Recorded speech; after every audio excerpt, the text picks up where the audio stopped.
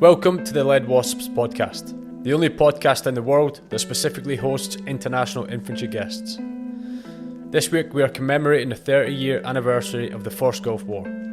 Your guests are War HOGG and Mark Kelley, who both served in the same platoon in the 1st Battalion, the 505th Parachute Infantry Regiment, with the 82nd Airborne. The footage you're about to see gives a snippet of the war, but use it to prime your mind for the discussion you're about to hear. And without further ado, the Led Wasps podcast, episode 37, is live. Just 2 hours ago, Allied air forces began an attack on military targets in Iraq and Kuwait. Saddam Hussein systematically raped, pillaged, and plundered a tiny nation, no threat to his own. He subjected the people of Kuwait to unspeakable atrocities. And among those maimed and murdered, innocent children.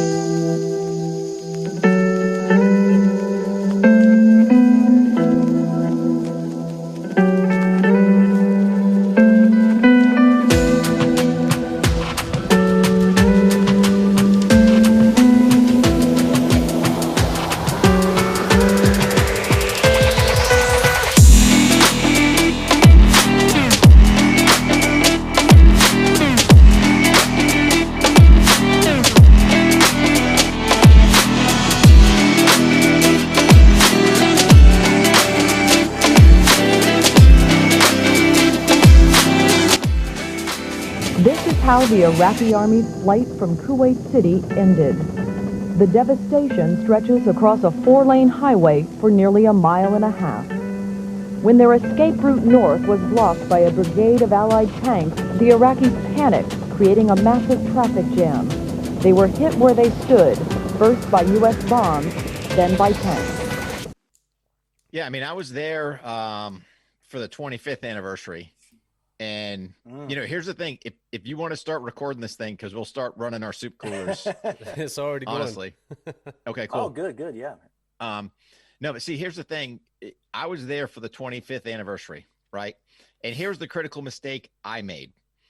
When I left there in 91, I said, all right, sure glad I never got to come back here.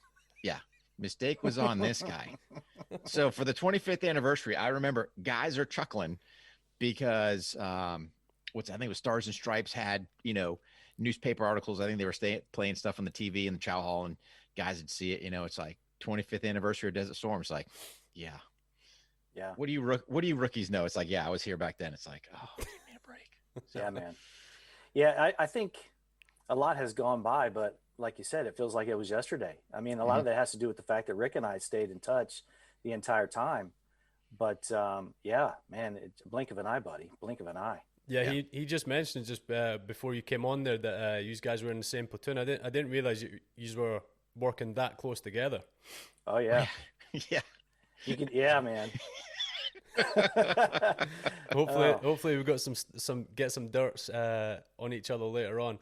But first of all, we start with an opener on the Led Wasps, and that's basically you just telling us a little story of something that you've done on deployment, and maybe we can make it specific to that Gulf War deployment. Something that you've done on that deployment that at the time you wanted to keep quiet and keep to yourself, but now you don't mind admitting 30 years later.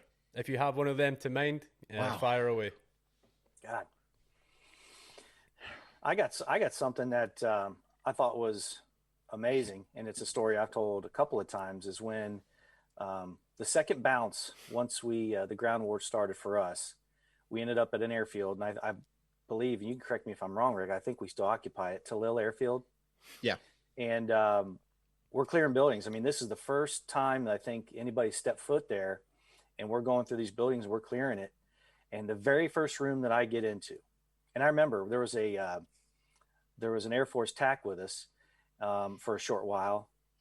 And we enter this room and there's some desk and, we're grabbing some papers and masks and stuff or maps and things like that. And the first thing I saw on the table was one of those old novelty ballpoint pens that said, "This pen belongs to Mark." And I said, "You're fucking A right, it does," because I picked it up and put it right in my pocket.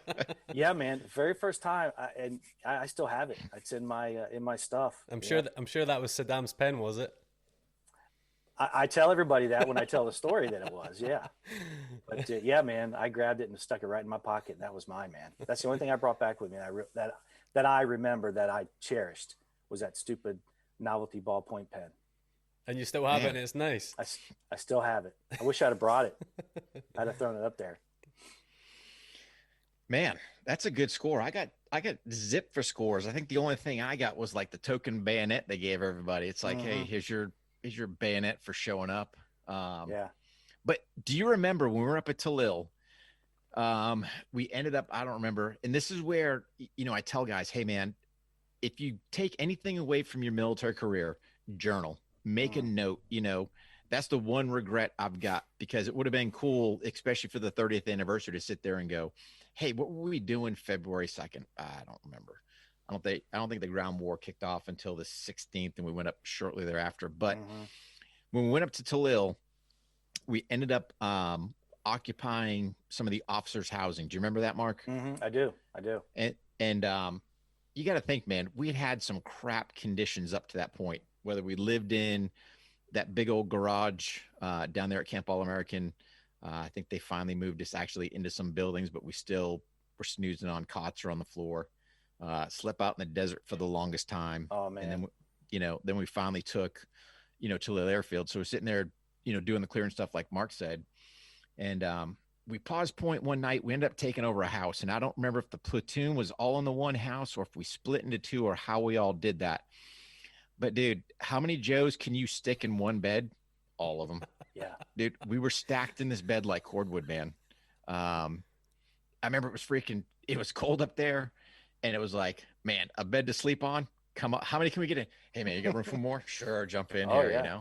So I don't know if you were in that same, I can't remember if we split houses or if we were all in the same one. I don't remember. Yeah. I don't remember that particular bed, but yeah, I do remember the fact that, we had gotten there so quickly that there was no infrastructure. I mean, a lot of the times the food was being brought over in paper bags from Hardee's or Burger King or whatever, because they wanted us to hang on to our water and our MREs, because shortly thereafter we were in the middle of nowhere. There was no buildings, there was no cots, there was nothing.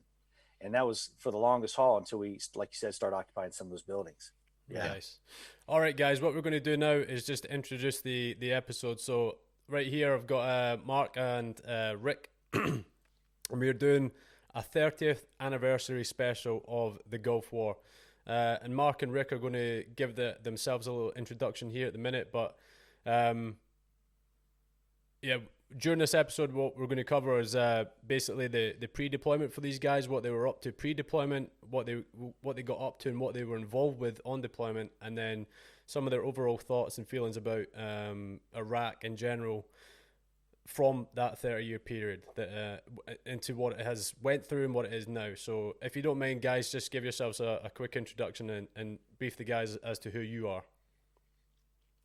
Go ahead, Rick. All right.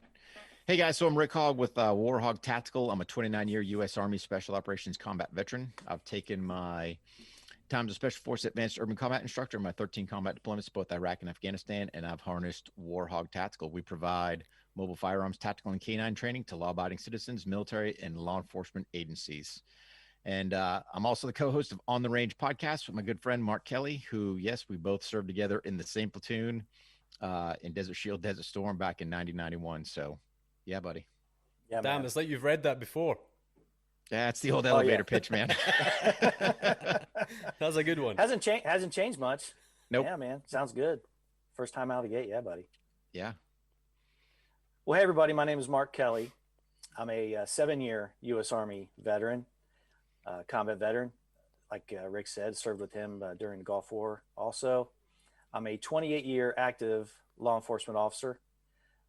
Most of my time during the law enforcement was SWAT, tactical operations, and I was coordinator for the Department for Dignitary Protection for 2 election cycles, one being primarily the one with in 2016, and had a lot of opportunity to train with the Secret Service in Beltsville, Maryland, also with the FBI in Quantico, and I've taken those years of service in the tactical area of law enforcement and in the military and turned them into Kelley Defense.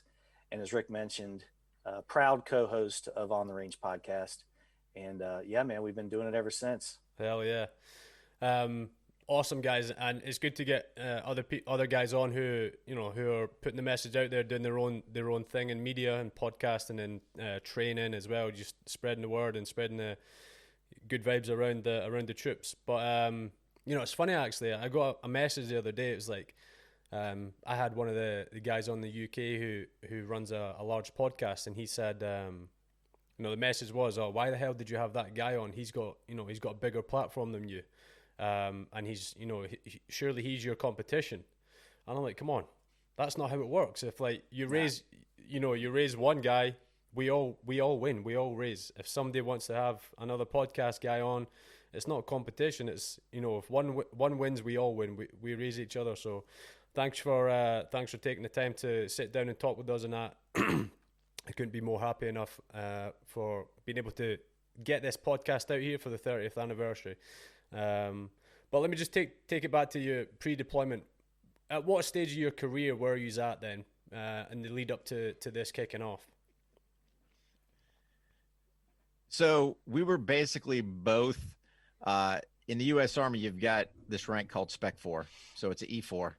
A lot of people refer to it as a Spec 4 Mafia, and pretty much E4s in that, you're not, at least for the U.S. Army, you can be a corporal, which would be a non-commissioned officer, or you can be a Spec 4, or they just call it a specialist nowadays. And really, they're the guys that know all the scuttlebutt, kind of know what's going on. The ultimate shammers know how to pass the work off to even the lower guys, right? And I think we were both Spec 4s at the time, if I remember right, Mark. Oh, yeah. Yep.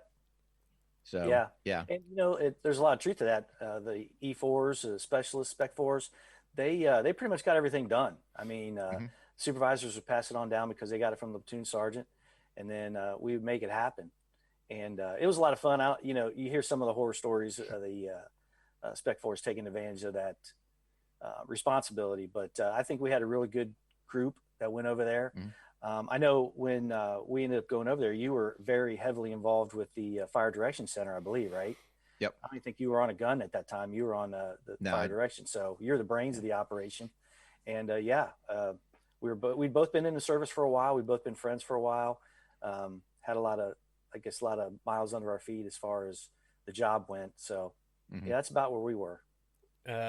Awesome. Whereabouts were you stationed, and what was your unit's role at that point of time? So we were at Fort Bragg. We were at the 1st Battalion, 505th Parachute Infantry Regiment, 82nd Airborne Division. And I think a key part you need to understand is, Desert Shield kind of came out of nowhere. So literally, we were out in the field doing a field problem, if I remember, Mark. Yeah. I don't remember all the details. But literally, I think Platoon Sergeant went back to do the chow run, basically get breakfast for the boys. And I think it was, if my memory serves me right, like August 3rd, here's a newspaper he brought back, and it was Iraq invades Kuwait. Yeah. And I think literally within that day, pretty much packed everything up, broke everything back, whipped back to the company area. And dude, it was, here's the rats going. So there was really wasn't like we were training for it. It just happened. Understand, we were in an era that we just had, the Woodland BDUs. So we had a couple days prior to leaving because the Air Force couldn't get everyone out. So I think at some point in there, they gave us a couple sets of DCUs. We didn't get the fancy suede boots till we came basically when we're back at, in Saudi Arabia, getting ready to come back home. It was the old, green and black jungle boots. Yeah. We had the Vietnam era jungle boots on, the green ones. Yeah. Yeah.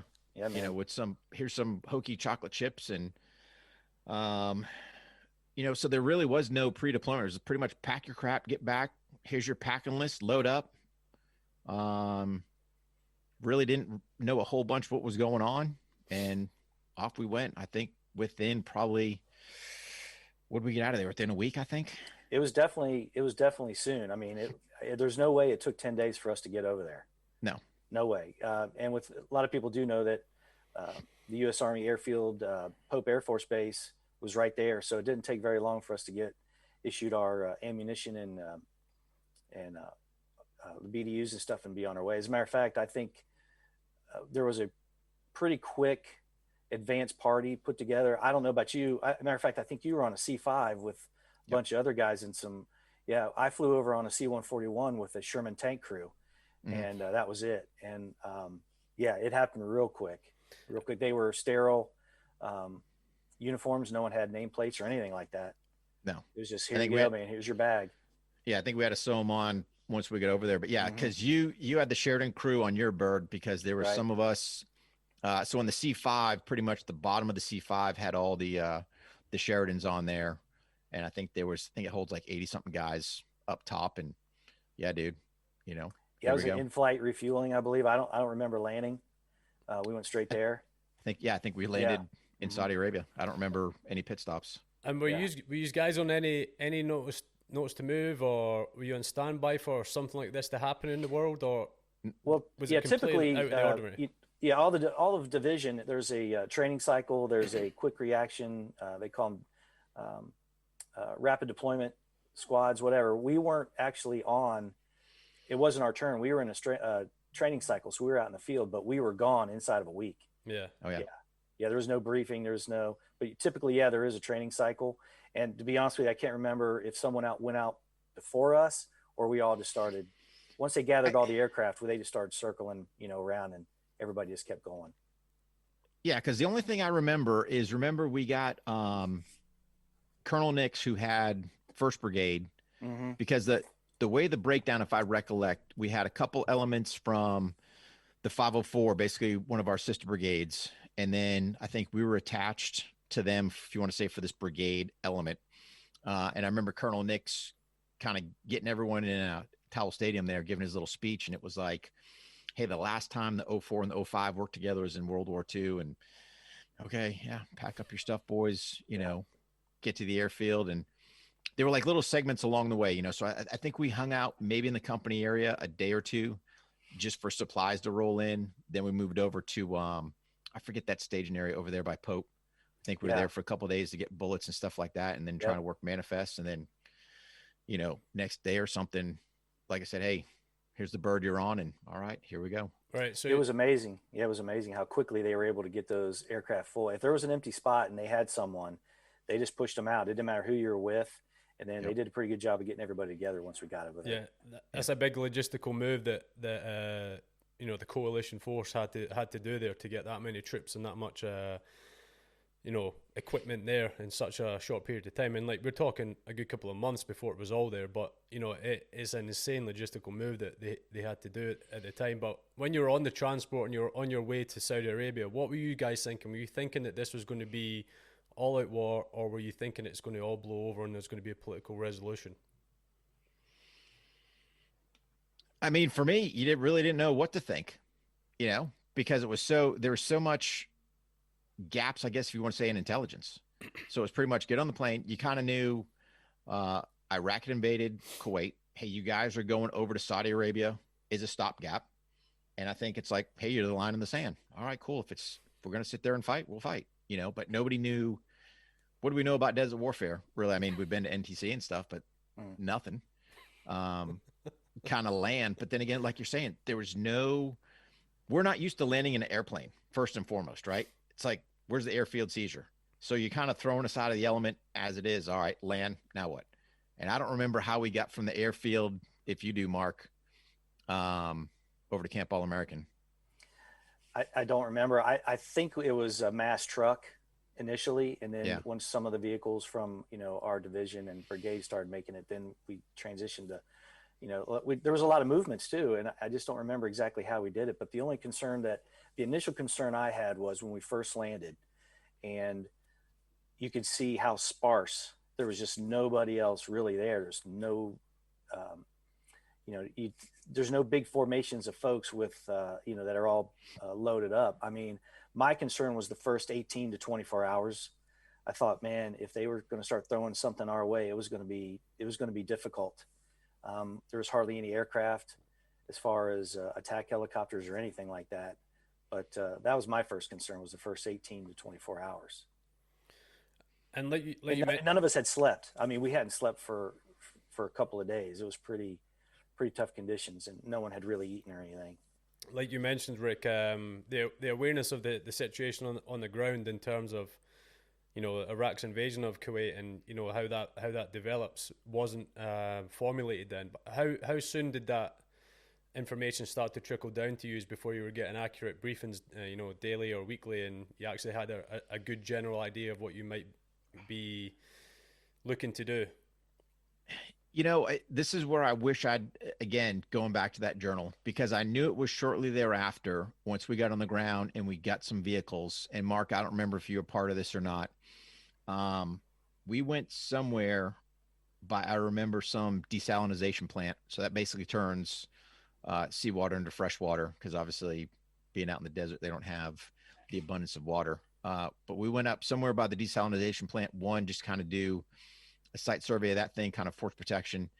And then it was kind of like, hey, this is our line.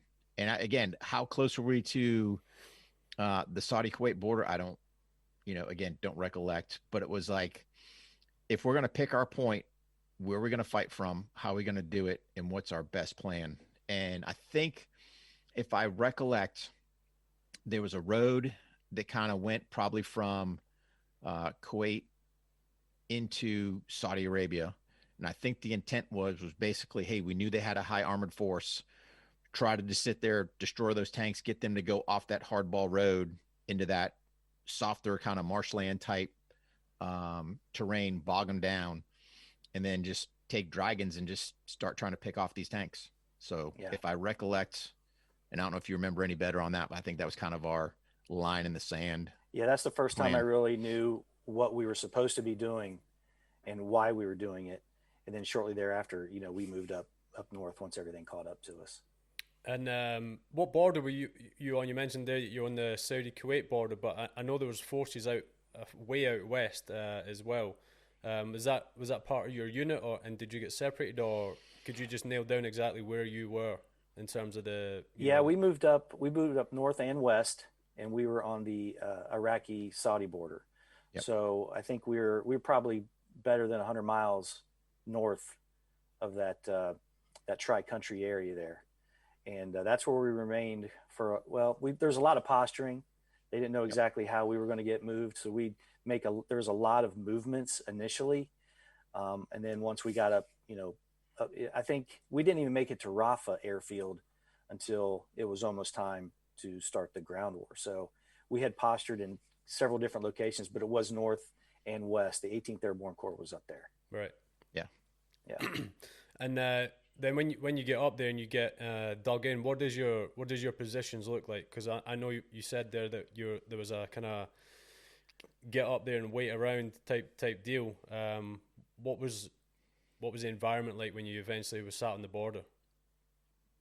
So it's called Let's Go Hang Out in a Wadi. And it briefs well because you've kind of got some, if you want to say, natural terrain. But here's the thing. You don't typically think that it rains in the desert. And I don't know if you remember this, Mark, but we had that torrential downpour that was, if you want to say, on the verge of being catastrophic, because all of a sudden, where does that water go? In these wadis. And there was stuff washing away, just not from our platoon, but just from across the entire, battalion, whoever else was all there, that wasn't expected. Luckily, I remember we were kind of closer to the top half. I don't know if anyone was actually down in the lower part of the wadis, but those things got washed out. So that was that took a couple days after that rainstorm just to go, hey man, let's go walk the wadis and look for lost equipment that, got washed away. So, oh man. Yeah. Well, the first thing the biggest thing that I took away from all of that was those type of conditions, how difficult everything was. I mean, complete soft sand.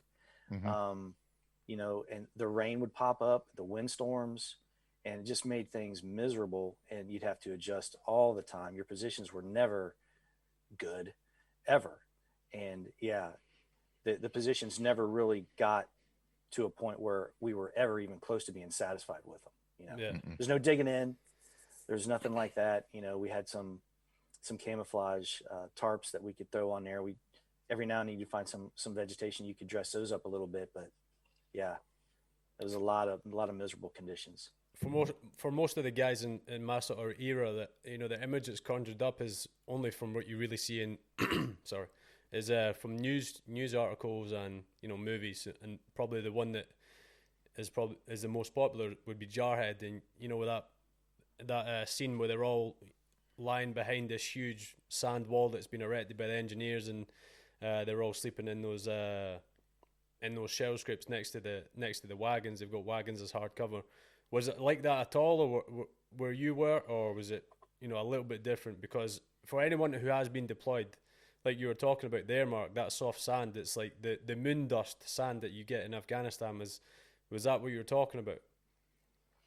Yeah, I mean, most of the time you're just laying on open earth. You know, you're really not covered by anything. And the bugs were bad. The sand was bad, and it got a lot colder even in August than I had expected it to as well.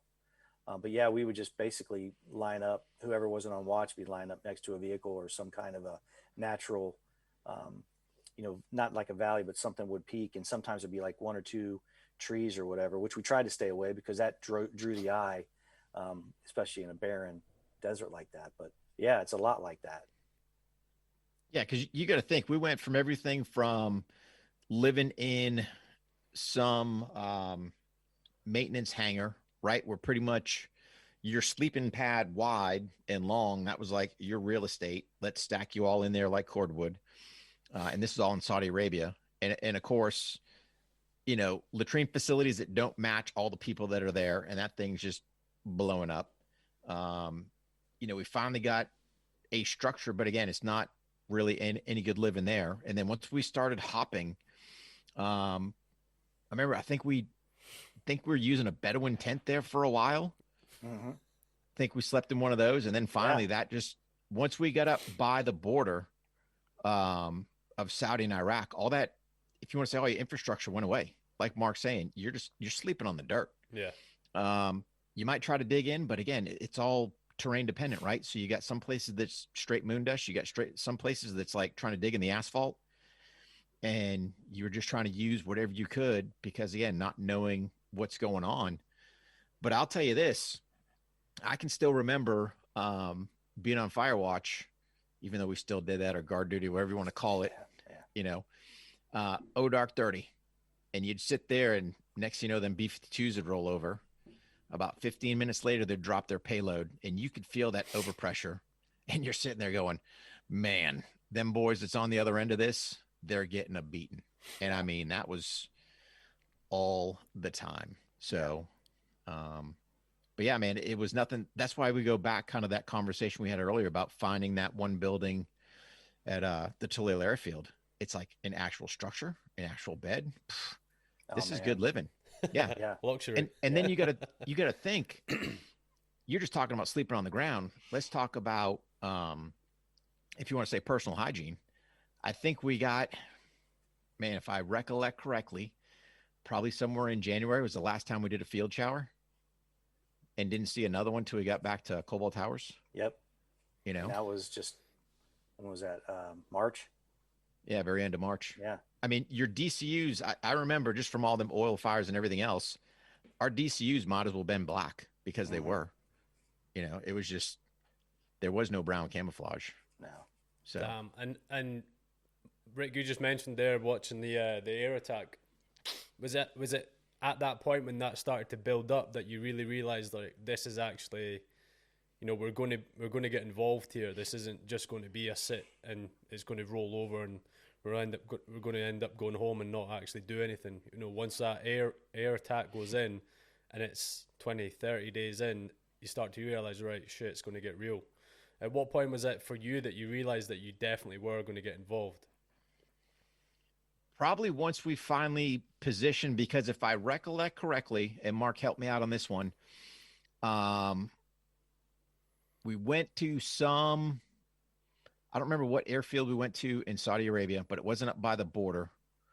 I think it's actually when, if you want to say Desert Shield kicked over to Desert Storm. And then when we got positioned closer to the border, and then you're actually, that's when you really wouldn't see, you'd hear the B-52s, you'd kind of see them depending if you had your night vision or not. You could pick them up there in the sky and, see them dropping their ordnance. But that's when it was kind of like, hey man, this thing, because the air campaign had been going on for a while, and we got closer. Then it's like, all right, at some point they've got to launch us forward. But Mark, can you recollect any type of dates and stuff like that? No, I don't remember a whole lot of dates, but I do remember the first big movement we made as an element that we knew was going to be the one we were going to be with throughout the rest of the operation was that Cobra helicopter engaged. And that's when we all went into our chemical posture. And, oh yeah. Yeah. And I don't know, I never did find out exactly what they engaged with, what was it or who was it? But I remember that there were several medium-sized explosions, but the couple of Cobras were engaging as we were moving. It was actually from where we had just come from. It was behind us, and we all went into mop gear. And that's the first time I think I really realized that, yeah, we're going to get after it here, But I thought that happened actually in Iraq when we moved up. You know what? It could. The reason I said I thought it was before that, because I don't remember that being after the air mobile operation to get us in. I think what you're thinking about is, I think it could be. I mean, that's 30 years ago, so it could be. Yeah, but if you remember, remember they shot down those Scuds close to us. I remember that. That was prior to, though, right? That was prior to. Yeah. That was somewhere right in that transitional period. Mm-hmm. I think we had a gas call there. Yeah. But I thought the gas call with the gunship striking, I think that was I could have swore that was in Iraq, man. Could have been. It was daytime. I know that. It was a daytime movement. Yeah. Yeah. Because I think we were moving up towards Talil, mm-hmm. if I recollect correctly on that one. Because we infiltrated into somewhere that was southwest of Talil, inside of Iraq, and then we took trucks and sometimes some foot movement to Talil. Yeah. Yeah. Hey Mark, no worries on the forgetting the minor details there. I was deployed 10 years ago, or just a little over 10 years ago, 10, 12 years now, and I can't remember shit. So God knows how 30 years is going to feel. I appreciate that. God knows how 30 years is going to feel. But you mentioned then that you got the call to don your CBRN equipment, and that, like I know that there were stages of that campaign where you're in different levels of attire. So for people who are listening that don't know, you get a briefing or you get some intelligence that there might be more of a threat or less of a threat, and your donning of that equipment coincides with the intelligence level, threat level. So I know at times you were wearing like everything minus respirator and gloves and boots. So how was that in terms of getting acclimatized to wearing that equipment in the desert? Because I'm sure it wouldn't have been nice. I don't think we did, to be honest with you. Not for, if you want to say Gulf War I or Desert Shield, Desert Storm. Now I know the Iraq invasion in 2003, those guys were in their mop suits, but I don't ever remember putting our mop suits on. I remember putting our pro mask on, but the problem was, if I remember right, Mark, you got to understand, we were in a very supply restricted environment. Mark talked about us being fed by Hardy's brown bag because they didn't want us eating our MREs. Mm-hmm. I don't think we ever opened up our mop suits, if I recollect correctly. I don't believe so. No. We donned our masks several times, and you brought up. I think that was Rafah Airfield is where we were when we saw the Patriots and the Scuds, and that was really close. And it was definitely in my mind that we're gonna get some gas here, man. I was like, one of the, you know, I said, I hope them guys are just crushing it, man, because if one of those gets through, we were a lot of folks sitting there, and I really thought it was a good chance we got some gas during those. Yeah. Yeah. Cause that's about the same time we started taking those PB pills. Yeah. Remember that? Oh, so yeah. They had these pills, little white pills in this package that said, discreet, plain packaging pills. Yeah. Yeah. But it said, for military or inmate use only or something, or not approved by FDA, or Yeah. it was something. And we're like, which one are we? Yeah. Yeah. Both. Yeah. Both. That would probably just yeah. conserve your skin falling off for a little while. Oh man. But was that something that you, Mark? You obviously were worried about it, like you just said. But yeah. Was it something that, you know, was it you know, biting you down or getting away at you day by day, or was it just kind of in those instances when, like you mentioned, that Scud was getting shot down, you're like, oh fuck, maybe we're gonna get it here, or was it something that was constantly back of your head? It was definitely in the back of my head, but I don't think it was beating me down too much. I think we were more like, you know, we keep coming back to this. We were more concerned about, you know, keeping the guys that we had a couple folks that joined us that had been in the Army not as long as we had been in country.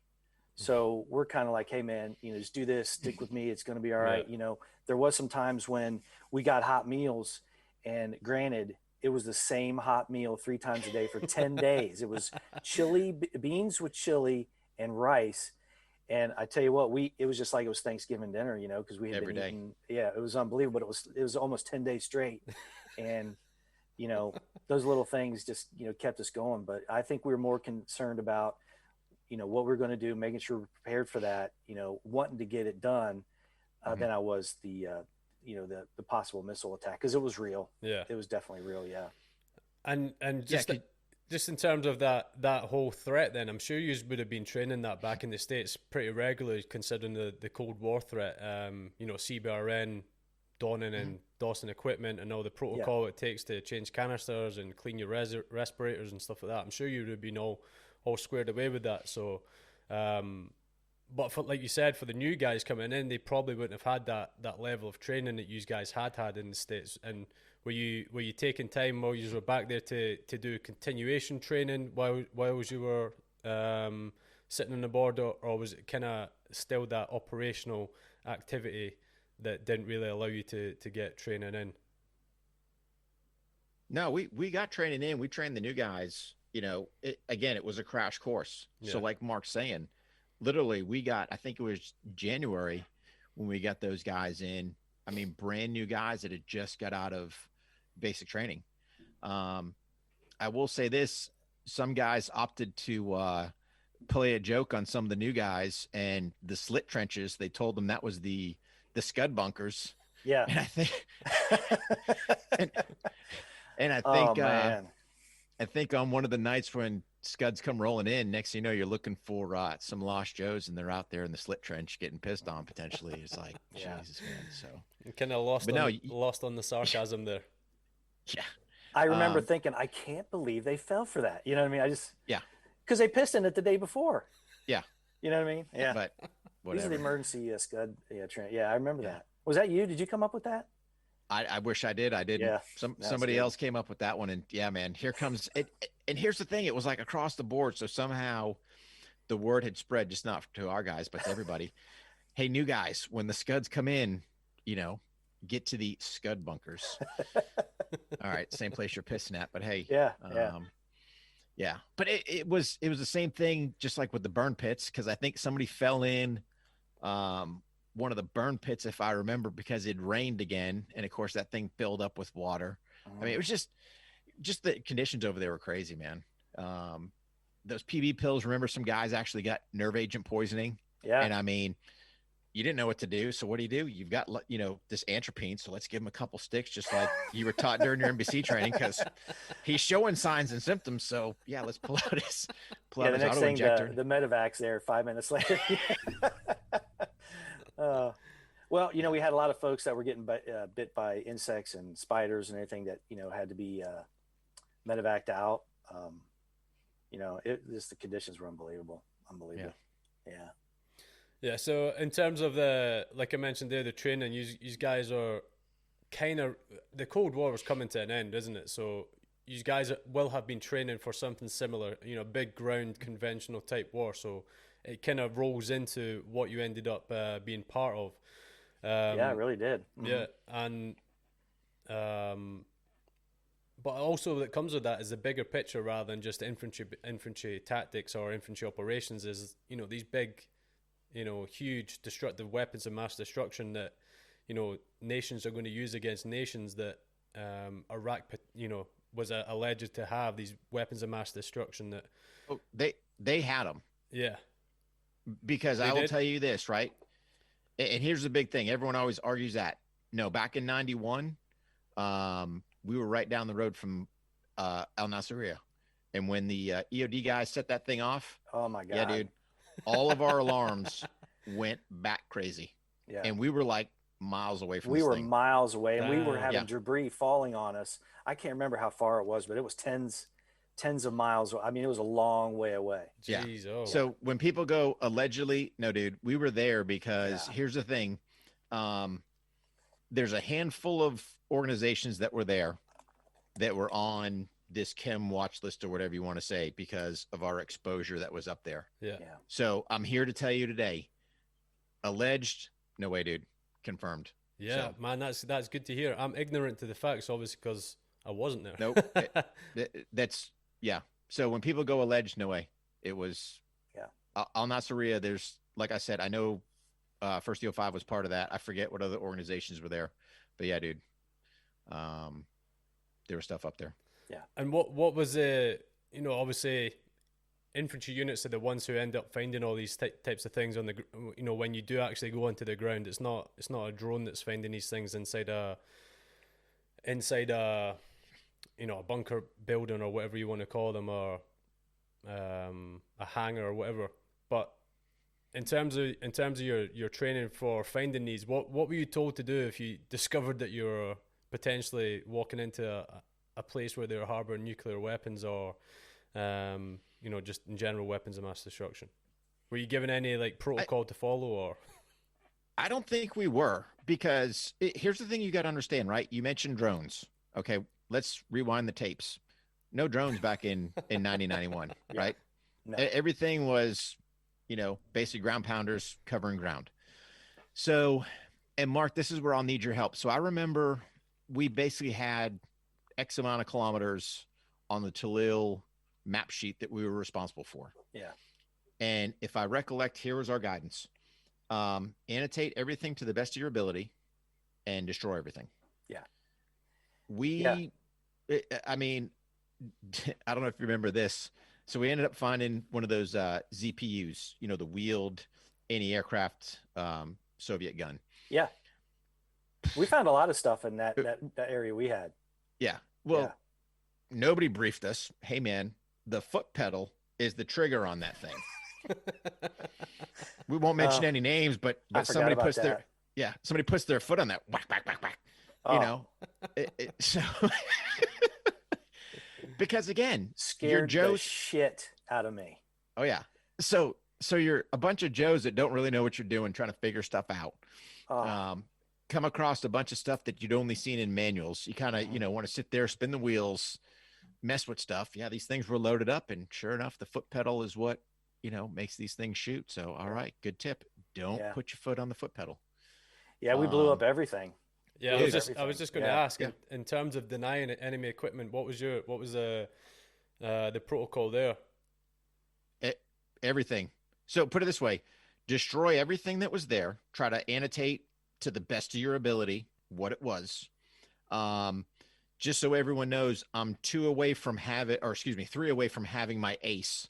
Although I don't know if they weren't flying, if that doesn't count. But yeah, dude, we destroyed MiGs. Yeah. Anything and everything we would, you know, we started with demo, then we ran out of demo, then we started using frags. We went Winchester on frags. And I remember some incendiary, you know, devices. And we ended up burning some commo trailer, if you remember, by setting mattresses on fire that were in there. Yeah. Yeah. Honestly, I'm surprised I don't know where the hell we found the mattresses, but I remember that. they were in there. Yeah. Well, They were sleeping on them, I think. Improvise, Probably should adapt, grab and those things overcome. for us. Yeah, we What's that? found a number. Go ahead, buddy. Improvise, No, adapt, and overcome. Yeah. Yeah. Find some mattresses, burn them. Yeah, we found a number of MiGs, a couple of helicopters, one that was taken back. That's I don't know if that's still, is that still on Bragg or did that go somewhere else? It was a I can't remember what helicopter. It was one of the larger ones. It was one of the Hinds. Yeah. Because I got a picture by it. Yeah, you get a picture. That's right. Yeah, they slung I low think I that took thing that out. picture. You probably did. Yeah. Yeah.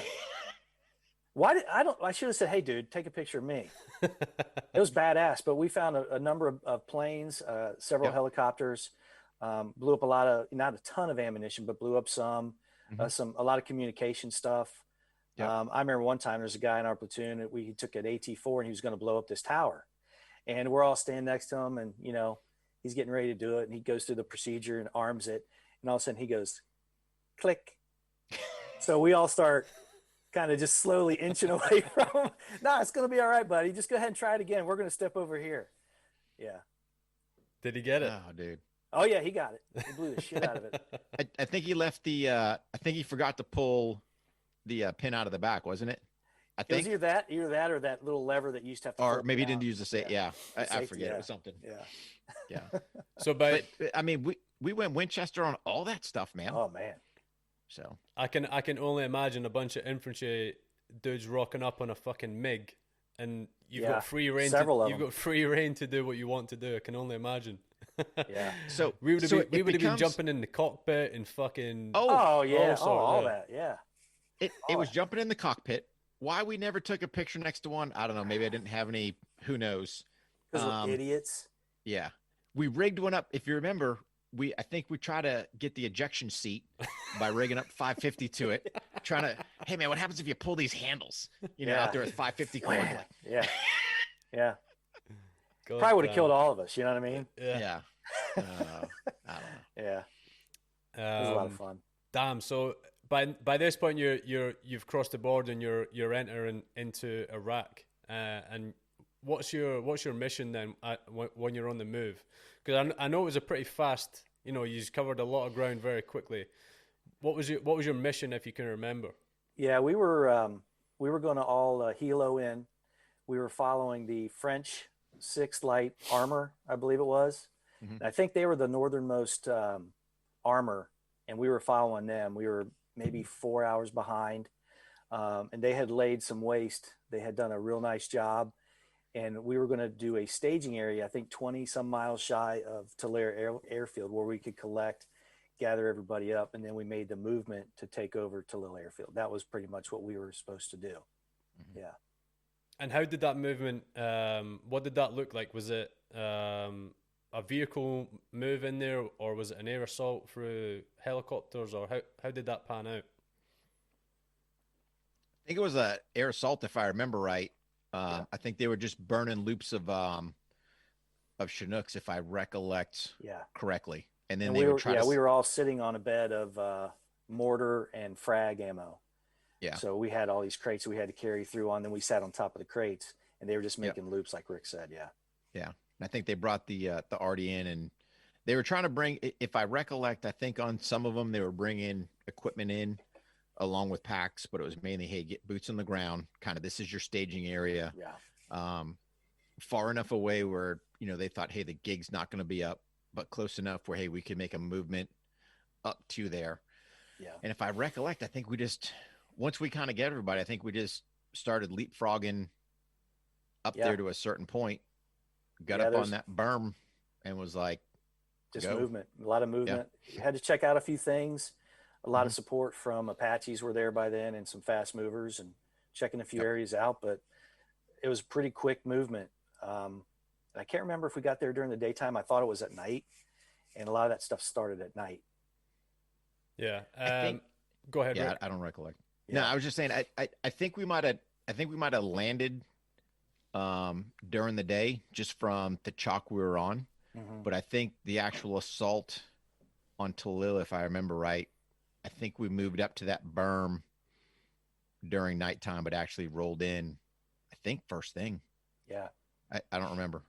Yeah. What did that assault look like in terms of friendly forces, strength, and just overall maneuver elements? What if you don't mind, just describe what that looked like in terms of resistance scene and all that. I think, well, I can at least speak for, I know we had the battalion. I don't remember, but I want to say there was more slice with us, because I remember we had an ADA element because they used their Vulcans in a ground roll, which hadn't been seen before. But I think we just pretty much moved online, if I remember right, to our different breach points on the airfield. There was numerous different breach points, so again, it was kind of a reverse deal where you're doing an airfield seizure, but versus jumping on the airfield is from the outside going in, if I remember right, Mark. And we kind of had our sectors laid out.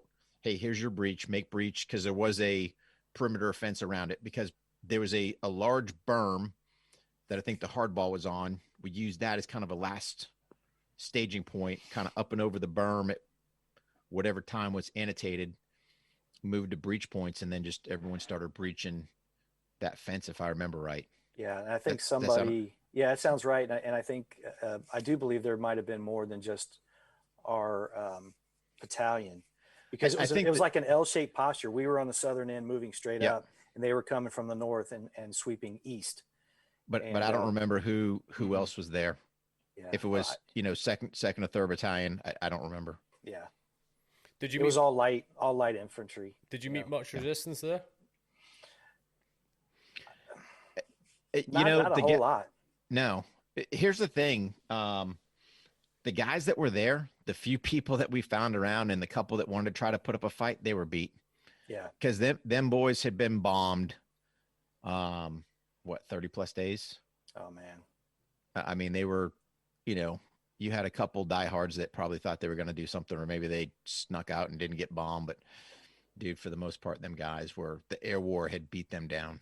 So, yeah, I actually was doing a bit of research in the past couple of days, and there was a 41-day straight bombing campaign before the ground element actually done any movement. And just in terms of numbers, it was estimated anywhere between 250 and 500,000 troops on the ground. So we're not talking small campaign like like Afghanistan, like most are used to, but we're talking all out war scaling here. Just insane amount of logistical effort to keep that moving. And in terms of moving so fast that you guys were, how was that affecting you in terms of being logistically resupplied? Because you can only move as fast as your logistics can we were very aware of that, and we were out moving anything that we would have needed. You know what I mean? We were just out moving it. Yeah, because it always catch up to you 2 or 3 days later. By then, you were just replenishing, and then again you'd be moving again. Brutal. Yeah, because here's the thing. You got to think, when we got into this is how bad things were as far as if you want to say the supply trains. Because again, I'll go back to Talil. So we've kind of hit our objective. We've secured that. I remember a night, sitting there going, and again, cold as anything out there, making a brew, or at least I thought I was putting sugar in my brew when it was actually salt. And a full salt packet in your brew tastes absolutely horrible, right? But what'd you do? Did you pitch it out? Oh no, because that's all you had. And some guy said, "Man, you got some coffee?" I was like, "Yeah, but it's got all salt in it. I'll drink it." Oh, that's horrible. But you didn't chuck it because you didn't have it. Yeah. Now, you got to think, granted, there wasn't much food in these houses, but we found something. And I don't remember if it was rice or something, but somebody tried to cook up something. Because again, dude, we were at the bare bones supply train wise. We were running, it just couldn't keep up. So found something, some savage victuals, and let's try to make something and go from there. So, and I don't ever remember the morale really being horrible. I think we were so focused on what we were going to do and what we needed to do. And then when the younger guys got there and we were training them up as much as we could, that was a big boost in our focus. But yeah, we went without a lot. We went without a lot. Yeah, I mean, it was ebbs and flows, right? But nobody, I don't ever remember, if you want to say bad morale. So you got to understand. Let's put it in. And I think it's important that kind of I'll just dub the new generation understand. There was no email. You know, if you wanted to communicate back home, you had to write a letter. Okay, at a certain point, that ended. We did have, I think they finally got the phone booths kind of in where you could make a collect call back home, but that wasn't going on that much. Not where we were. Yeah, we didn't see any of that till we got back. Well, I remember doing one. They had one at Camp All-American right before we left. I think AT&T slid something in and you could get a quick call back home. You know, but you became masters of trying to figure stuff out. Cool. No weight set, no problem. Ain't nobody sending you plates over. So let's get some concrete and some steel poles. And dude, we had some hokey bench set and, you know, granted weights that were heavier on one side than the other. So just make sure on today that you put the heavy side on the left and then tomorrow you put it on the right side. So you balance yourself out. Yeah. So you didn't have one bicep 10 times bigger than the other one. Yeah.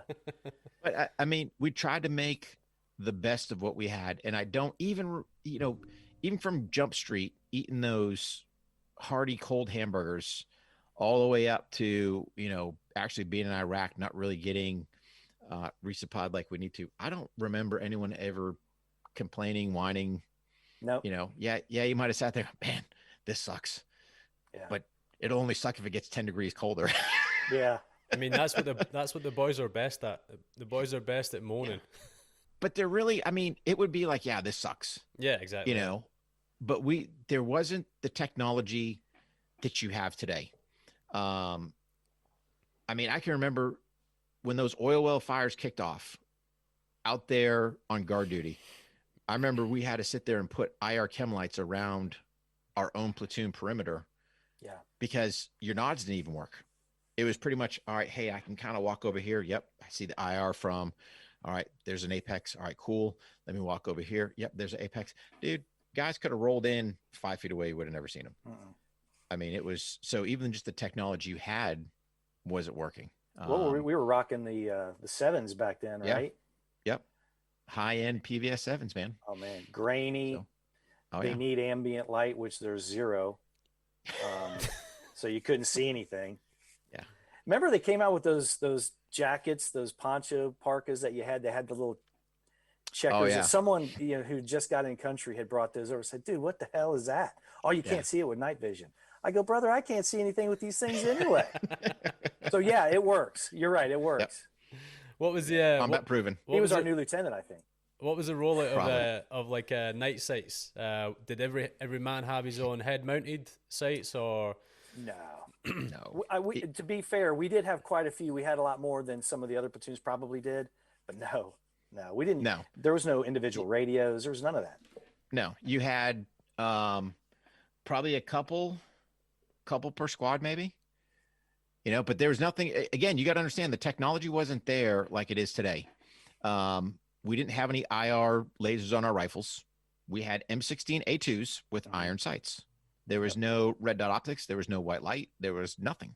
No. So you're going to sit there, use your iron sights in your old, call it old nowadays, I guess, M16A2 battle rifle. No big deal. Nobody batted an eye. And I think, to be honest with you, I think we did more with less and, seemed to make things work out just fine. Yeah. Well, not only that, those are the days when if you're calling for fire or you're plotting your own fire mission, we had a plotting board. We didn't have computers. We had a plotting board where you would have to mimic the map and do it by pencil and, angles and all that and minutes of angle and all that stuff. It was all pen and paper and in your head. And on top of that, I remember some of the communications we had, we were still laying wire between positions and using the old Vietnam, crank phones. We were still using those. Yeah. And we used them every day at night when between positions and checking in, make sure everybody's all right. Cause you can't see anything. It's dark and you're just being quiet as you can and using the old school tech, and you're right. I think we did a lot with very little. Mm-hmm. I kind of in between here in terms of equipment. So I had both. I had nothing and I had everything. So guys now are getting everything. So that every man's getting a helmet mounted night sight, and then every man's also getting a rifle mounted night sight, plus obviously a rifle sight for daylight conditions, plus a whole bunch of other stuff like you mentioned, the lasers, the torches on attached to the weapon. But I also had it when I was a young private, where I had nothing. I never had a helmet mounted night sight or even a night sight on my rifle. And when I first rocked up to my unit, I was straight out in deployment from basic training, and I was given the you guys call it the SAW, but we call it the LMG, and we have this night sight, and it's huge. It's about this size. It's a long, thick, big night sight, and it's terrible. But my section commander, he gave me that because no one else in the section wanted it, and because I was the brand new bloke, he says, "You're carrying that." So I straight away went over to him. I says, "Okay, yeah, thanks for giving me this. I appreciate you giving me a night sight, but I've got the LMG. Do you expect me to put this on top of that thing?" He's like, "Get it on there. When it gets dark, put that thing on there." So I remember being on patrol, and I was like, we got down and we're, I think we're doing a hasty ambush or something. I was like trying to look through this thing. I was like, this is the biggest heap of shit ever. But out of principle, you got to carry it and you've got to put it on there.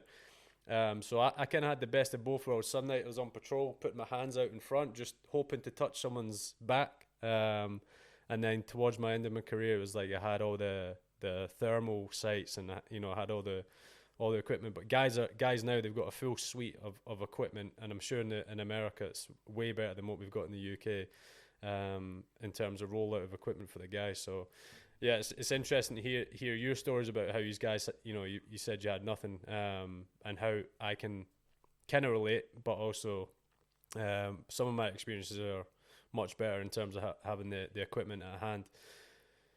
But what was it like to be part of such a huge coalition then?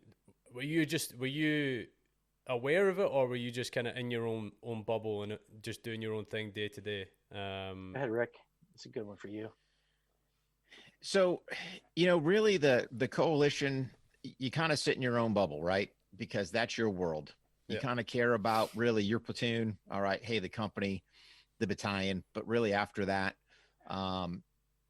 did we know there were more people starting to roll in? Yeah. I mean, as time that you're sitting in Saudi Arabia, yep, you kind of get, ebbs and flows of, hey, here's what's going on. But, it goes back. Really, the only thing I cared about was kind of the crew I was with. And Mark, I'm sure, I'll let you kind of chime in on this, but I think an important thing you need to understand is something happened over there that basically put two gentlemen in Rick's book that will stick out forever. And that was Colonel Nix and Colonel Hale. And these two basically duked it out. So you get two brigade commanders going after each other on who's potentially going to make the combat jump, because they did bring in parachutes for us, and there was talk of us actually making a jump. And for both of these guys that were, to me, the absolute pinnacle of infantry warriors to go, no, dude, I'm taking my boys on that jump. No, I'm taking my boys. I'd follow either one of those men anywhere. So really the rest of who else was there didn't really matter to us. Yeah. I knew, at least for me and the circles we had, that we had solid leadership. We had guys that, were there, wanted to be in the fight, and, we're going to sit there and stand behind their boys to get them in the fight. So, yeah.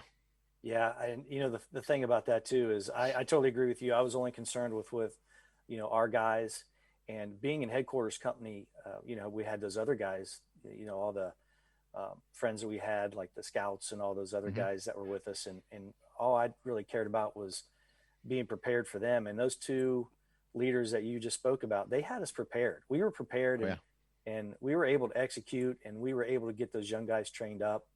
And I'll be honest with you, I didn't even know who the coalition leaders were when they started mentioning it. I had no idea.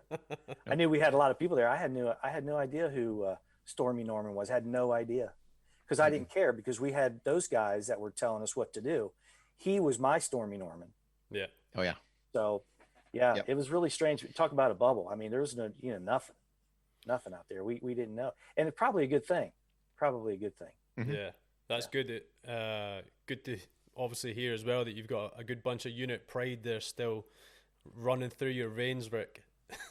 Oh, dude, I'm telling you, man. Here's the Loved thing.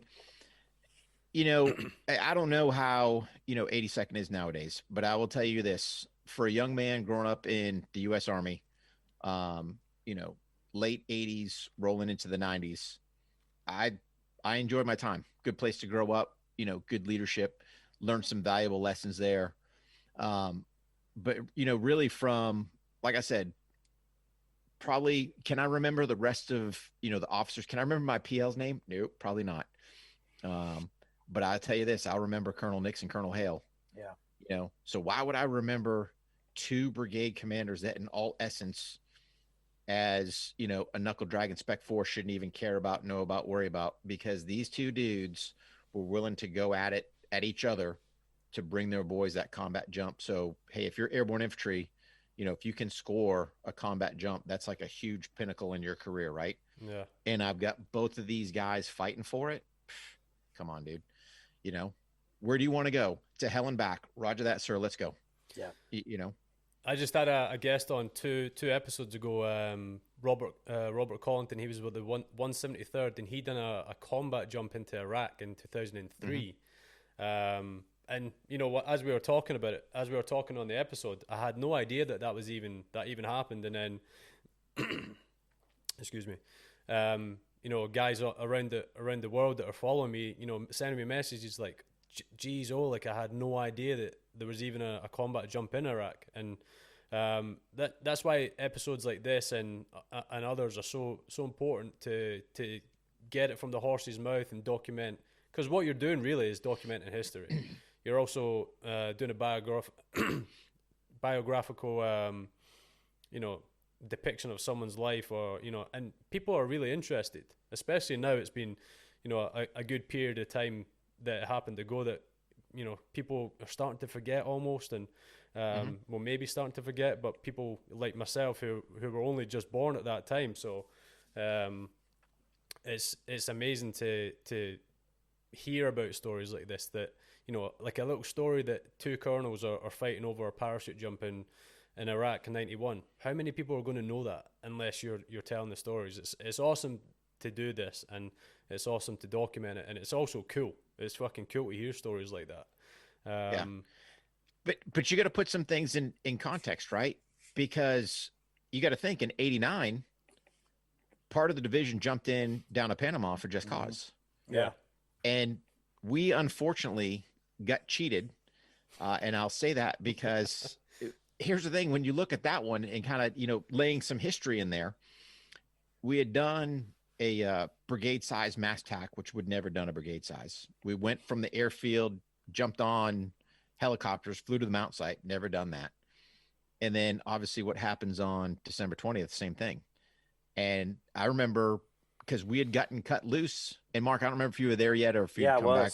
I was. Everybody else was on leave. You and I think, were the only ones in the platoon. Yeah, we were hanging on post. Yeah, hanging out for something. And then next, the word starts spreading. Hey man, these boys are getting ready to jump into Panama. We're trying to hustle up and down Ardennes Street to get on a manifest. Yeah. It's like, but I know some stuff. Put me on there. You know what I mean? Yeah. But instead you got, people from division headquarters kicking off machine gunners and AGs to go get their mustard stain, but that's here nor there. Yeah. But the point being is, from an airborne infantryman side, man, the chance to get that combat jump, it's a big deal. Yeah. And then to watch these two men basically battle each other on who's going to get the rights. And we're not talking, these guys aren't young. I mean, I can't remember if Colonel Nix, because again, he was over in the 04, but I remember Colonel Hale, he was complete gray, so what, he's probably in his, 50s, I'm guessing, maybe at that. I don't know what. Oh, so he was a young man. Yeah, he was a young man. You got two young guys out there. Two young guys right here. Duking it out, because it only brought enough shoots, I think. I don't remember if it was for, battalion, brigade, but it wasn't like they brought enough rigs for everybody. So yeah, I mean, that just stands out as a staple where, we'd done pre-jump. We hadn't done pre-jump. all up until that point, hey, let's do some pre-jump. Sure. I really thought that's how it was going to go down, especially when we knew where we were going. Mm-hmm. And we're on the airfield staging. I really thought that's what was going to happen. And I just don't think they felt they could get enough people. I think they believed that they were going to be up there by themselves for a long period of time. I don't know if that was it, but I don't know. I really thought that was going to go down like that. I mean, you've got to think as well, like you just saying that you really thought that you were going to go ahead with it. Like, I mean, you're 100% and you're in the right mind to think you're going to go ahead with it. You've got huge amounts of troops, and your conventional warfare is off the chart right now. You've got an air war going on that's being completed, decimating the enemy forces. You've got massive amounts of armor moving. You've got thousands of infantry troops on the ground. Why would there not be one combat jump? Like, surely, like, you would think that was going to happen, wouldn't you? You would think, especially not at first, because at first we just kind of looked at, hey man, we're a line in the sand and we're wheel grease. But when them parachutes came in, when you see, it's like, man, the parachutes are here. It's like, we're getting this thing on, man. Yeah. Like steak to a dog. Yeah. Oh man. Which one's mine? Yeah. Hey, Mark, one of the things that sticks in my mind from my deployments is that there's always, at least one or two memories that are, operations that I always will remember. So what is one of the memories that's really always at the forefront of your mind from that deployment? I think it was when we were finished with the initial clearing of our sector of buildings at Talil Airfield, and I was able to link up back with Rick. I remember that specifically. And I think I told him the pen story, but that sticks out to me. That's one of the main highlights, because he was in another squad. And when we linked back up, I really remember that. And it's probably why I remember the pen story and us going through and doing all that demos, because I do remember linking back up with Rick, because we had been next to each other for months, every day, all day. And then all of a sudden it's go time and I'm on a different bird getting there. And then the movement, we get up to Talil, and then I haven't seen him in a few days. So that's probably my biggest memory that I take from that. And then Rick, same thing. What's the one memory that just really sticks in the forefront of your mind from really? Yeah. I mean, for me, it was, and this is why I think it happened. The one time I remember up in Iraq when, that gunship shot something and that gas call came over. Mm-hmm. And you want to talk about, man, I've never put my mask on so fast. And I was like, man, I don't want to fight in this thing. Yeah. It's like, because again, yes, you'd been trained for it, but it's like, man, what kind of can of worms got opened up with that one? So yeah, that gas call, it's like, all right, get that mask on and let's see where this thing shakes out at. Because I don't remember, dude, it was one of those unknowns, gas call comes out. I don't remember us getting into our embassy suits. So it's like, yeah, I got a pro mask on, but I don't remember putting gloves or anything else on. And I don't remember all the driving factor. But it's like, yeah, is your hand's going to start peeling away from whatever rubbish is out there, so. Yeah. And then obviously, like Mark said, once we'd kind of done, and I think that was during our quote unquote clearing stuff, Mark, when we kind of linked back together at some point. Yeah. Going, hey man, what'd you find? Burnt some trailer, burnt a trailer down with a mattress. I remember thinking, where the hell did that anti-gun round end up? I remember thinking that when old boy stepped on the trigger. Oh man. Yeah. Up in El Nasiriyah somewhere. That thing's still going. Yeah. Oh man. In terms of some of the things that you've seen when you're deployed in, because obviously the images coming back, even now you can just go on YouTube and pull up an old news article or a documentary or something, just historical imagery. The images are pretty graphic, and you talk about the burning of the oil fields and how everything was just black, and obviously you've got 40 odd days of an air offensive that's completely devastating to enemy forces. So there's going to be some crazy shit. Blowing up MiGs and fucking playing around with all that sort of shit, that's pretty insane. But what would you say is some of the crazy things that you've seen then? Crazy things. Wow. Like I would think one of the boys jumping in a cockpit of a fucking, enemy MiG is pretty crazy. Yeah, but that was just the boy screwing around. You know what I'm saying? That was every day. Yeah, I wouldn't consider that crazy. Maybe trying to pull on the ejection handle with some 550 cord. But again, you didn't know what you didn't know. I don't know that there's, man, I'm trying to think back. Something crazy. I remember some of the trauma that had been inflicted on the indigenous folks that we had encountered. It wasn't a whole lot, but the ones that we did, some of them were afraid of us. Some of them were happy to see us. They were tired too, just like the soldiers that, we encountered and just didn't have it in them anymore because they had just been out there on their own. Same with the indigenous people. And I'm thinking, and again, this goes back to someone who's been somewhere outside of, our great countries where something like this happens, or they're treated the way they are by their rulers, or whatever you want to say. It's, it sticks with you to see how it was affecting these people. They're just trying to live. You know what I mean? Yeah. You bring up a good point, Mark, because I remember we had, I don't know if you want to call them resistance forces, or I don't remember the good word. Again, 30 years is slipping my memory, but we had guys coming down because we had that one checkpoint out there on the hardball where dudes were trying to get weapons because, again, we had kind of went to a certain point, but there were more Iraqi forces to the north, and you had, I guess, Iraqi civilians, for lack of better terms, wanting to get armed up and get it on with these guys, and were trying to hit us up like, hey man, give us some weapons and stuff like that. So it didn't really sit with you because you didn't understand all the demographics of what was going on with that country, and as far as how they were ruled and everything else. But yeah, you had I'm glad you brought that up, Mark, because you had those guys that would hit the checkpoints up, wanting to get armed up, and they wanted some payback, and they wanted to score some points. And I totally get it now. Yeah, 100%. We weren't getting our stuff. You know what I mean? Literally a fleeing enemy as well. Like, when they've got no one at their doorstep, they're total authoritarians. But then you've got, they're essentially school bullies. But then you've got the guy, American forces or the coalition or whatever you want to call it, coming in to sort things out. Then they're on the back foot. The little man wants to just get his little punch in as well. So yeah, I get it as well. And I would, if I could have been, I would have been, hey, let's go and check that building over there. There's probably a few AKs over there or grenades or something. Yep. Yeah. And then in terms of the actual ground offensive, it was relatively short, wasn't it? How did it kind of peter out or peter to an end?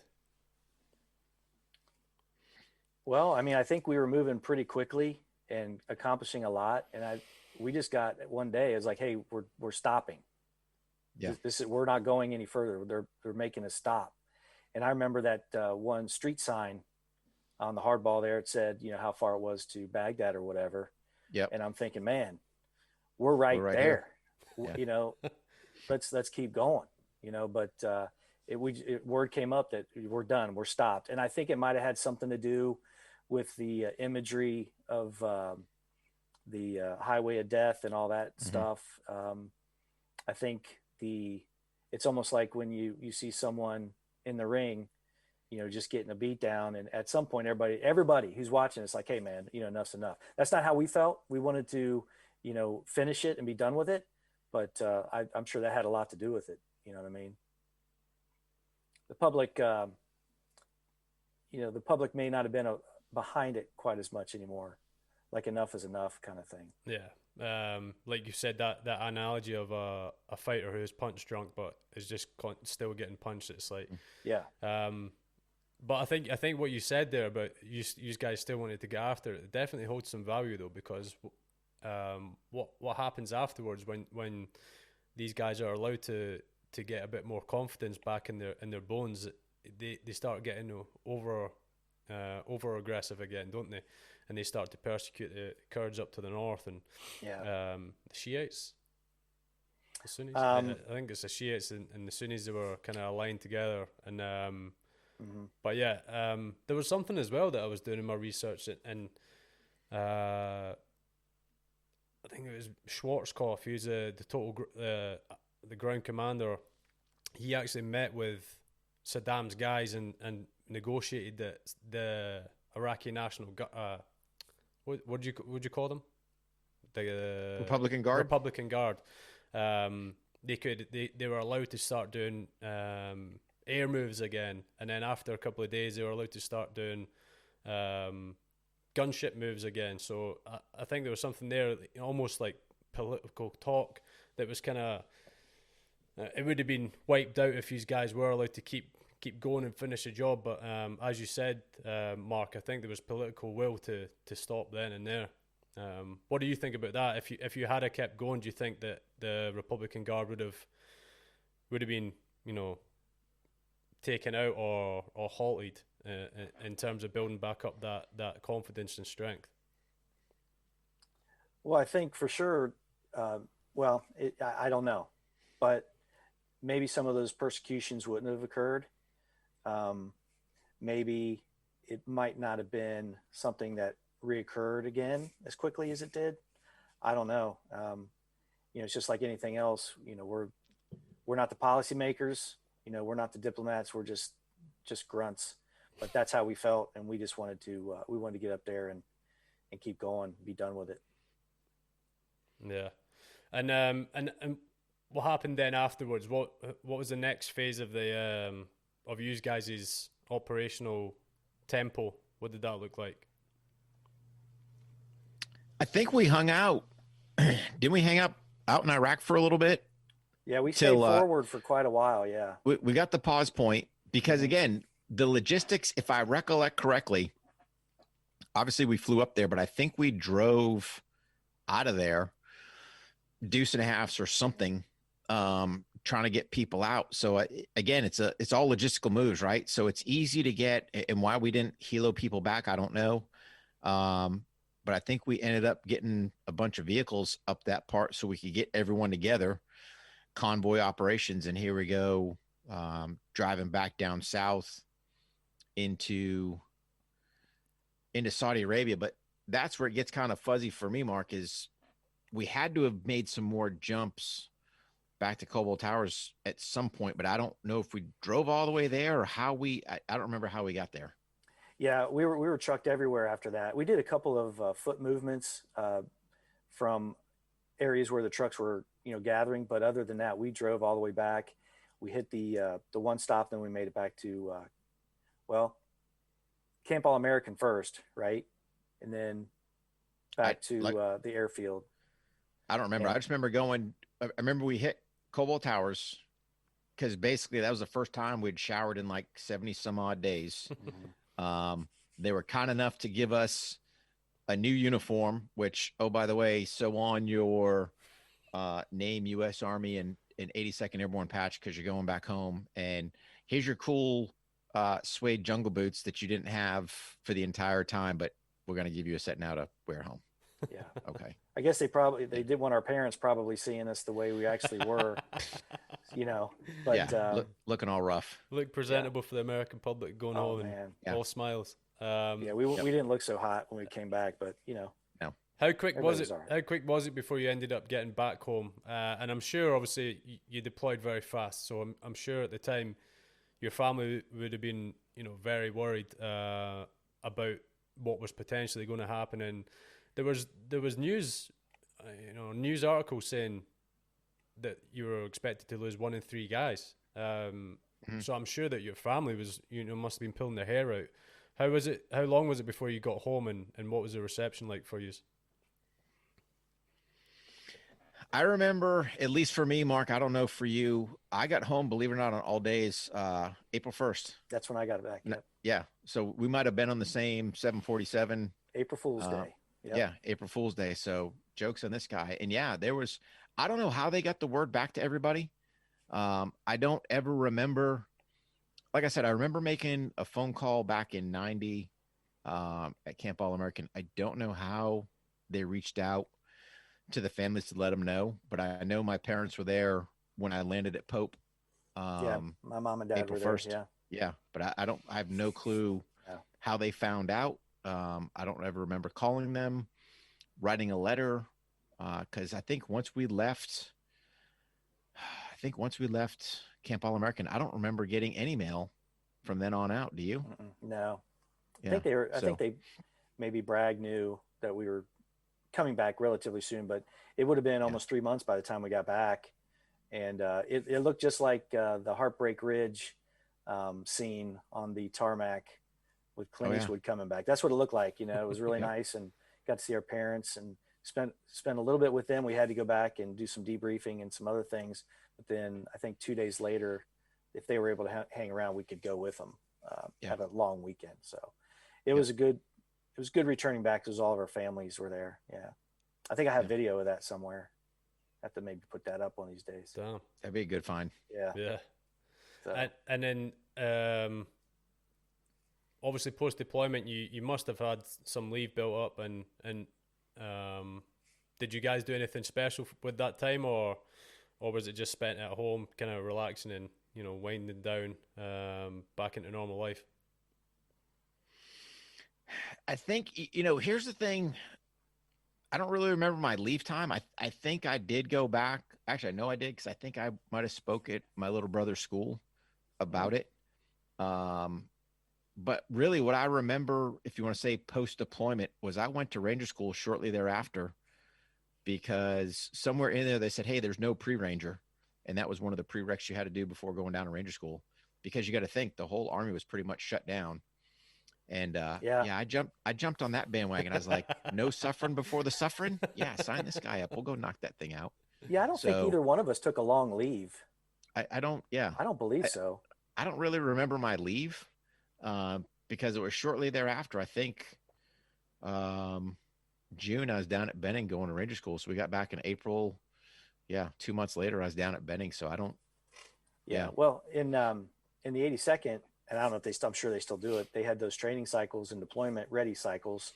Mm-hmm. So a lot of us couldn't go, a lot of the units wouldn't be able to go anyway, because it wasn't your turn. You know what I mean? Yeah. I don't know how they worked that when we got back. I don't remember, but I don't remember taking a leave. Yeah. Yeah. I remember, I think we went back. I don't remember. I don't know. Yeah. It was like a long weekend or something. Yeah. Might've been. Damn, we would have been all over that. I think I remember getting something crazy like 6 weeks leave after wow. that. Yeah. Fucking insane amount to leave. I don't know how they work it out. I think we get our normal allocation of leave, and then we get an added day of leave for every 8 days you're deployed, something like that on top of it. So yeah, we had a fucking lot. I had about 6 weeks after my first deployment, and we didn't have anything about like that. 5 after my second. Fucking hell, that is insane. In terms of your unit, then obviously you've just came back. Were you guys put on a notice to move in case something kicked off again? Because obviously the war was essentially over, but Saddam was still there, he's still in power. It wasn't likely that anything was going to happen, but we guys still stood up ready to move if anything was to happen. Like I said, I left in June to go down to Fort Benning. So I don't know, Mark, I don't remember anything beforehand. Us being really postured, because I think shortly thereafter we turned in all of our stuff. So i.e. like our chocolate chip uniforms. I don't think we held on to that stuff too long, did we? No. And we just went back to business as usual. Yeah. I think after you got back from your training, we had a training deployment out to Arkansas or something. I mean, it was just like business as usual. Yeah. But no, the answer is no to that. Yeah, we didn't do anything special. They just put us right back in the cycle. I think since they did learn a lot, how quickly that we could get there and how quickly everything could happen. And they probably worked a lot of bugs out with that particular operation, I would think. So they weren't as worried about it anymore. Yeah, the chocolate factory keeps on churning. Roger that. Yeah, man. In terms of Iraq, then, so it's been 30 years since that initial conflict kicked off. Iraq's been at war many times before Desert Storm, and they've obviously been at war with a bunch of different people post Desert Storm. How much interaction, Rick? You mentioned at the start of the show that you'd been there, a bunch since. How much interaction have you had with Iraq, and how much do you think that the impact of what Desert Storm was had any effect on the destabilization of the country, and had a downward spiral to what ended up becoming of the country? I don't think Desert Storm did, because if you think about it, we never really went into Baghdad. We didn't do anything, to Saddam. We really didn't affect, if you want to say, the Iraqi leadership in that essence. Yeah, we hit strategic targets to the south. Really, the mission was repatriate Kuwait, which we did. And I guess somewhere in the political gains, taking over Iraq during that time wasn't one. So yes, did we affect them militarily as far as affecting their forces, their equipment status, stuff like that? Sure. But as far as a political level, we never targeted, the hierarchy up there. So as far as Desert Storm, it did its job into stopping Iraqi aggression into Kuwait, repatriate Kuwait, and then, let the Kuwaitis take control back of their own country. And Mark, obviously, you mentioned you spent 7 years in. So obviously, by the time the invasion of 2003 had come around, you would have been out by then. Would that be correct? Yes. Yep. Yeah. After that, then I went to a combat brigade team in the reserves, and that's where I finished out my final 2.5. So yeah, I would have been out by then. I was in the law enforcement by then. Yeah. And Rick, how much did the war in 2003 resemble what you were a part of in 2091? None. Nothing. No, because again, it was, you're looking at apples and oranges, right? So again, I didn't do my first rotation in Iraq till actually 2005. So January was 2005 when I was there, just because I was in the schoolhouse, and I didn't actually go back operational till 2004. So get back there in 2005. I mean, infrastructure is already set up. Technology is way above where we were at, where we were at before. So it doesn't compare. We went, when we got, to Saudi Arabia in 1990, we had nothing, literally nothing. You had your rucksack and your duffel bag.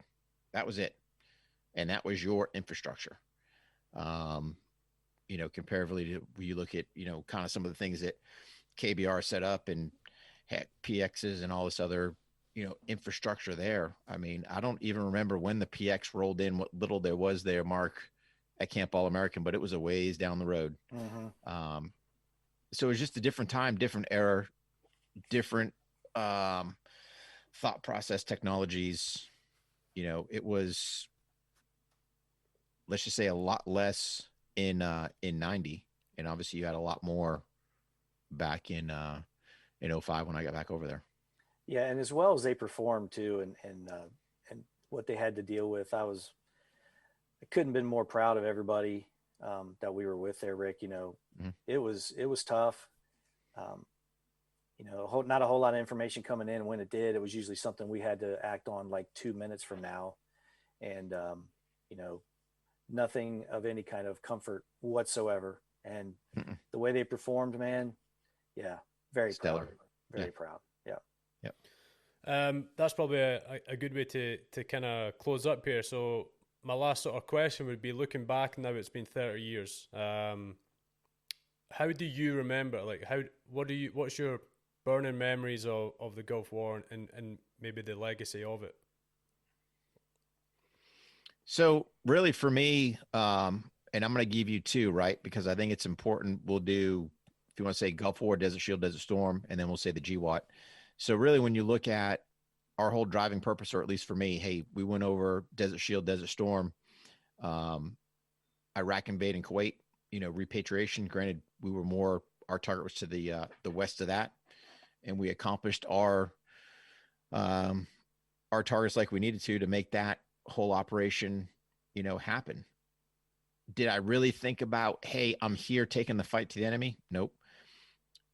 fast forward, with the GWAT, yeah, that was my mindset then. Hey, we're hitting strategic targets over in Iraq, but to me, we're keeping the fight over there, not bringing it home. So just a different thought process, at least for me, seeing both theaters, different times. Wasn't really that, wasn't thinking about keeping the fight there in 1991. More of, hey, we're here to try to help out Kuwait because these guys got basically taken over, where, 05 on to 16, when I finally, my last rotation out of there, you're keeping the fight there. So just a different mindset. Yeah. And Mark, same sort of question. Looking back now, it has been 30 years. What's your lasting memories of the Gulf War? I think when we got back and, we're kind of cycling out, and like you said, there was a, PX there, whatever it wasn't, but it was something that, I just remember having something that you could do and have something that was a little more geared towards morale building only. Right. But then I remember, there was a lot of folks that, cashed a check in that short period of time as well. And we started hearing some of the briefings on that. And, that's probably my biggest takeaway, because, we were very successful very quickly. And I always had, Rick and the guys with me, and we were all good. You know what I mean?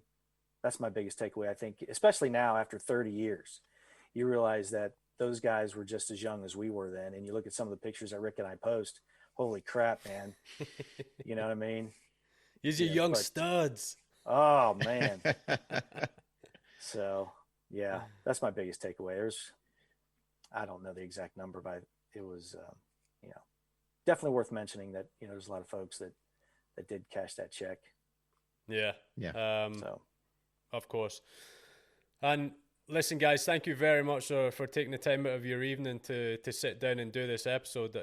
It's been amazing for me as an absolute history buff to dig into you guys' past and get it from the horse's mouth, so to speak. But like I said, thank you very much. I'm very appreciative and grateful to have got to hear it from you. So if you're listening, go follow On The Rage podcast. You can get Rick at War HOGG on Instagram, and on Instagram for yourself, Mark, it's Kelley Defense. Is that right? Roger that. Yep. Yeah. War HOGG Tactical, Yep. Kelley Defense on The Rage podcast. Yeah, man. And it's Hey, love what you're doing here. Love your show, buddy. Yeah, thank you very much. Really appreciate having us. Yeah, man. And that's available on all platforms, Facebook, and yeah, you got YouTube and It stuff is. as well. So make sure you Facebook, YouTube, Twitter. We're on all that silly stuff, man. God damn.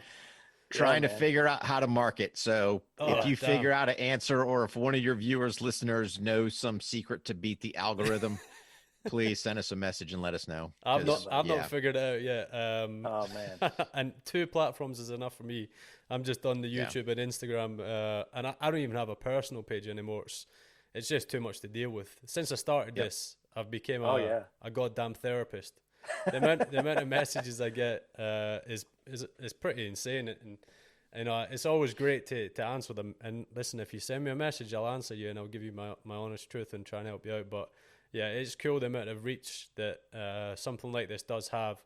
Listen, people follow me from all over the fucking world. I'm sure you guys are the same. Literally, it's insane. 37 countries, I think, where we're at now. Yeah, I'm about the same. Yeah. It's insane. But like I said, guys, thank you very much, and have a good evening. Thanks, buddy. Love your show, man. Thanks, pal.